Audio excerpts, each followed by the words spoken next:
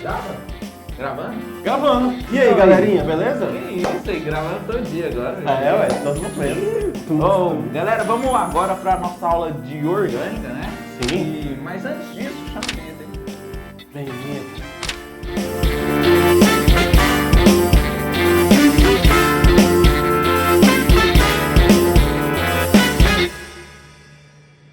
Gravando. Igual o nosso produtor fala. Gravando. Gravando! Isso aí, Gravando. isso aí. Ô, galerinha, vamos falar hoje sobre... Grupos hidroxila. Mas antes disso, já curta aí esse vídeo, já compartilhe com seus coleguinhas. Copia o link aí, manda no seu grupo de WhatsApp, que tá cheio de gente na escola Isso. querendo saber sobre isso, né? Isso mesmo, e nos ajude aí também para manter esse canal, manter essas aulas gratuitas para você. Isso é feito para você com muito carinho e a gente só pede essa ajudinha sua. Beleza.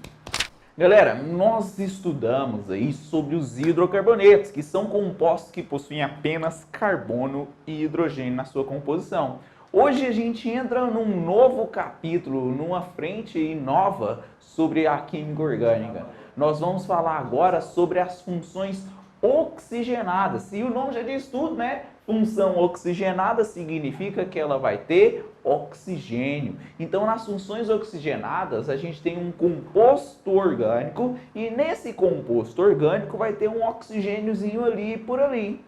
São várias as funções oxigenadas, várias. Mas vamos começar pelas funções que possuem em sua composição o grupo hidroxila, também conhecido como oxidrila.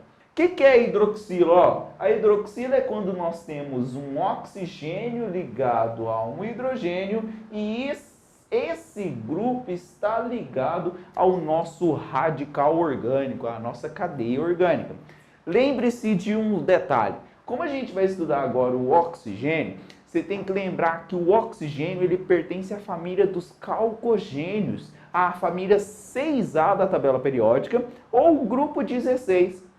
Quem é da família 6A na tabela periódica possui 6 elétrons na sua camada de valência e para atingir o octeto, ou seja, para ficar estável, ficar com 8 elétrons na camada de valência, ele precisa fazer duas ligações. Então esse oxigênio ele vai ser bivalente, ele vai ter que fazer aqui bivalente, ele tem que fazer duas ligações para atingir a sua estabilidade. Justamente porque ele tem 6 elétrons na camada de valência, faz duas ligações, chega no seu octeto. Então, oxigênio tem que fazer duas ligações. O grupo hidroxila, ele é o OH. Se já tem oxigênio ligado com hidrogênio, ele está faltando apenas mais uma ligação e essa ligação vai ser com a cadeia orgânica, certo? Então, você tem lá a oxidrila ou a hidroxila ligado à cadeia orgânica por uma ligação. Esse oxigênio ele também tem pares de elétrons livres e essa parte aqui da cadeia, formada aqui então pelo hidroxila, ele caracteriza a molécula como sendo uma molécula com altíssima polaridade devido à diferença de eletronegatividade entre esses dois elementos aqui. A gente já falou sobre isso e a eletronegatividade está relacionada ali o tanto que um átomo atrai o elétron alheio. O oxigênio é muito mais eletronegativo que o hidrogênio. Então ele está puxando os elétrons na sua direção, ficando aqui com uma carga negativa, aqui uma carga positiva. Essa hidroxila também tem capacidade de fazer ligações de hidrogênio. E isso faz com que as moléculas tenham uma alta interação entre elas, tornando um ponto de fusão, um ponto de ebulição mais alto do que se não tivesse, certo? Então lembre-se aqui da nossa hidroxila, simplifiquei aqui escrito OH, e nessa hidroxila a gente caracteriza na hora de nomear o composto com um sufixozinho -ol. São várias as funções orgânicas que tem a hidroxila na sua composição. Quem vai falar dessas funções é o nosso coleguinha Pavanelli. E aí, galerinha, beleza? Tio Soneca falou para você sobre o oxigênio, sobre algumas propriedades, e aqui também a gente tem que falar outras propriedades. O que mais importa na química orgânica, volto a frisar para vocês, não é propriamente a nomenclatura, mas sim a natureza dos compostos, como o composto se comporta e qual que é as propriedades desses compostos. Aqui nós temos funções oxigenadas. Dentro dessas grandes funções oxigenadas, temos o grupo hidroxila, que ramifica 3 funções para vocês, que são as principais. Nós temos aqui álcool, enol e fenol. Agora, o oxigênio aqui, que é essa hidroxila, ou então também chamada oxidrila, ela vai caracterizar e dar características ao composto. Eu quero te apresentar aqui, ó. Esse aqui é o álcool mais conhecido nosso. A gente chama isso de etanol. Por que etanol? Porque são 2 carbonos, o prefixo et. Etan. O an, porque tem ligações simples entre carbonos. E o ol, porque o tio Soneca falou para vocês que a terminação é ol, tá bom? Nós temos aqui, ó, que é exatamente esse compostozinho aqui. Quando nós temos o etanol, esse oxigênio aqui, ele vai dar uma propriedade diferente do que era nos hidrocarbonetos. Quando você tem aqui um oxigêniozinho, ele vai dar uma propriedade de polaridade muito grande para essa parte da molécula. E as moléculas, quanto mais carbonos e hidrogênios em uma substância, mais caráter apolar ela vai ter. Por quê? Porque se assemelha de hidrocarbonetos. Quando são compostos hidrocarbonetos, a natureza é de apolar. E o que é apolar? São aqueles compostos e substâncias que não são miscíveis, não são solúveis em água. A gente está estudando isso nas físico-químicas, que já tem a playlist para você, você pode conferir lá. Que composto apolar e composto polar vai render uma mistura chamada de heterogênea, porque não vai ter interação entre eles. Ok? Então, uma das naturezas dos compostos oxigenados de hidroxila é que eles tendem a ser compostos polares. Quanto menor a cadeia, mais polar. Quanto maior a cadeia, vai sendo dissipada essa força de polaridade. A gente chama isso de efeito indutivo. Ok? Agora o seguinte, aqui eu coloquei o metanol e aqui o etanol. Um carboninho, 2 carboninhos. E a minha pergunta para você é, será que é muito diferente o metanol do etanol? Existe uma diferença muito grande nas cadeias? Aí eu vou te contar uma historinha. Minha mãe chega em casa e fala assim, meu filho, você está comendo margarina, você está pondo margarina no pão. Aí eu falei, por que, mãe? Ela fala assim, porque a margarina para o plástico, a diferença é de um carbono. Aí eu falo assim, mãe, você pode até ter toda a razão, mas a diferença de um carbono faz com que os compostos se transformem e reagem de maneira muito distintas. Eu quero te mostrar isso. O etanol tem 2 carbonos, você usa no seu dia a dia. Você esteriliza sua mão com um álcool chamado álcool etílico e algumas pessoas até ingerem álcool em bebidas como cerveja, vinho e outras bebidas alcoólicas. Agora, o metanol é um combustível antigamente usado em carros de Fórmula 1 e hoje em dia, se você respirar o metanol, ele é altamente tóxico, ou algumas pessoas falam tóxico, a nossa vida. Agora, a diferença é de apenas um carboninho.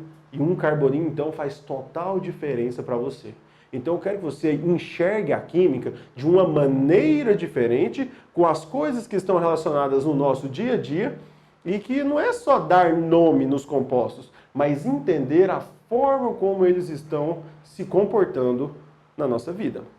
Ok? Esse aqui é o etanol, ó, hidroxila ligada a carbono sp3. O carbono sp3 é aquele que faz 4 ligações simples. Ó, 1, 2, 3. Os 3 intervalos aqui, 4 ligações simples, carbono sp3. Então, toda vez que a hidroxila estiver ligada a um carbono sp3, essa cadeia vai se tornar um álcool. Grupo funcional, álcool. Agora, produção, joga para mim um enol. Plim! Aqui nós temos agora um enol. Você viu que agora temos um carbono fazendo ligação dupla com outro carbono. Esses dois carbonos aqui estão caracterizando uma coisa chamada de insaturação. Nós já estudamos sobre isso lá nos alcenos. Agora, quando a hidroxila está ligada diretamente a esse carbono, diretamente ao carboninho insaturado, a gente chama isso aqui de sp2, tá bom? E essa insaturação não pode estar fazendo ressonância, não pode estar dentro de um aromático, vamos dizer assim. Esse composto é chamado de enol, ok? Esse composto é chamado de enol. Tem propriedades semelhantes? Tem, e são até mais reativos do que os álcoois, tá bom? Agora, produção, me joga um fenol. Nós temos aqui agora um fenol. Mas o que é isso, Pavanelli? É quando a hidroxila está ligada diretamente ao anel aromático, ao benzeno. Em alguns vestibulares está trazendo a nomenclatura de hidrox, que é de hidroxila, hidroxbenzeno, que é o do anel aromático. Então, quando você ver essas estruturas, você não vai olhar apenas a hidroxila. Porque muitas vezes, em muitos casos, você olha a hidroxila e já vai logo falando, é álcool. Mas não.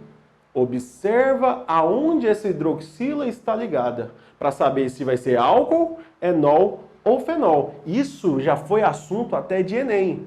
Enem, que é uma prova hoje talvez a das mais importantes do Brasil. E aí é cobrado esse tipo de diferenciação que você precisa observar. Ok? Agora, com respeito aos nomes, nós podemos chamar isso de metanol, etanol,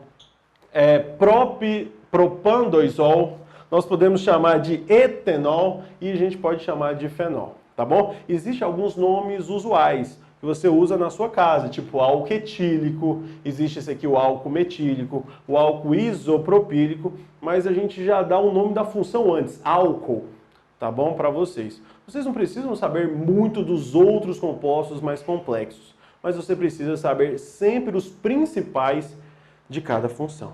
Beleza? Ficou claro para vocês? Sim ou não? Galerinha, essas aí são as funções que possuem a hidroxila como característica, né? É aquelas funções que você encontra a hidroxila e você, a partir dessa hidroxila, vai caracterizar qual é a função, que são as três, álcool, enol e fenol. O álcool é uma das mais comuns que a gente tem, são vários álcoois que a gente tem no dia a dia e o principal deles, o etanol. Né? Ou o álcool etílico, né? Ou o álcool etílico, etanol, que é utilizado aí como combustível e está presente nas A diferença entre eles é principalmente a pureza, vamos dizer assim, como que ele é refinado, como ele é separado, com os tipos de filtrações, porque você não vai poder beber o álcool de posto, né? Por que você não pode beber? Pode, né? Mas não é bom não, né? Não é bom não, tá? Outra observaçãozinha para você saber, os caráter ácido e base dos compostos orgânicos existe também. E os compostos oxigenados de hidroxila, eles têm um caráter levemente ácido. Porque esse hidrogêniozinho aqui, ó, como a gente viu lá nas funções inorgânicas do ácido de arrênios, ele consegue acontecer uma ionizaçãozinha, mas o grau é muito pequenininho. Isso. Mas mesmo assim é um caráter levemente ácido. Isso, entre esses três aqui, o fenol seria aquele que tem maior caráter ácido.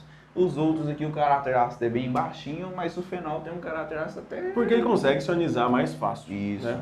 Beleza, galera? Deu para entender tudo aí? Deu para identificar onde a gente encontra essas funções? Como que a gente identifica essas funções?